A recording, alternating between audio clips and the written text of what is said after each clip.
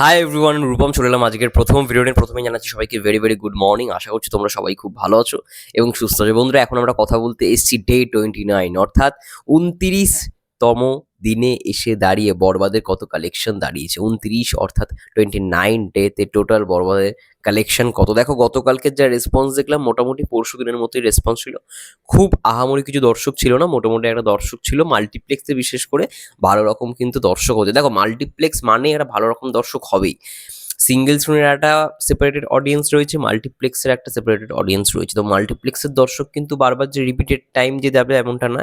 এখন বরবাদের ক্ষেত্রে রিপিটেটিভ দর্শক দেখা যাচ্ছে, কারণ সিনেমাটা তাদের ভালো লাগছে বলে। কিন্তু অনেক ক্ষেত্রেই আমরা দেখে থাকি যে অডিয়েন্স হয়তো মুড চেঞ্জ হলো, একটু ঘুরতে ঘুরতে গেল এবং ঘুরতে যাওয়ার সময় দেখছে যে এই সিনেমাটা চলছে, চলো দেখে আসি। এরকম নতুন দর্শকও আসবে, আবার পুরনো দর্শকও, মানে রিপিটেটিভ দর্শক আসবে। তো সেই অনুযায়ী গতকালকের যা কালেকশন টোটাল সব মিলিয়ে ডে 28 পর্যন্ত ছিল হচ্ছে 66 to 67 crore। ঠিক আছে, 66 থেকে 67 কোটি টাকা। এখন সেটা দাঁড়িয়েছে 68 কোটি টাকার উপরে, এবং যদি বেশি হয়ে থাকে সেটা 69।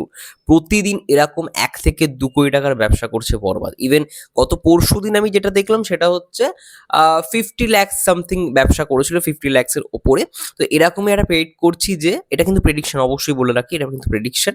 যেটা প্রেডিক্ট করছি আই থিঙ্ক সেটাই হবে। এবং আমি যেই কালেকশনগুলো দিচ্ছি, প্রোডাকশন হাউস দিচ্ছি, তার থেকেও বেশি কালেকশনই বলছে, অর্থাৎ আমার প্রেডিকশনটা ঠিকই আছে, একটু হয়তো কমই বলছি। তাদের আমার মন বলছে যে গতকালকে যে ব্যবসাটা করেছে আই থিঙ্ক 1 থেকে 2 কোটি টাকার মধ্যে যদি সেটা হয়ে থাকে, তাহলে সেটা যাবে হচ্ছে খুব বেশি হলে 69 লক্ষ টাকা। এই 69 কোটি টাকা, লক্ষ কেন বলছি, 69 কোটি টাকা, অর্থাৎ 69 crore। অর্থাৎ যদি কম হয়ে থাকে তাহলে 68-এ গিয়ে সেটা মানে ঠেকবে। 68-এর বেশি হবে, কিন্তু 69 crore প্লাস এটা হবেই হবে, একটুখানি ড্যাম শিওর থেকো তোমরা।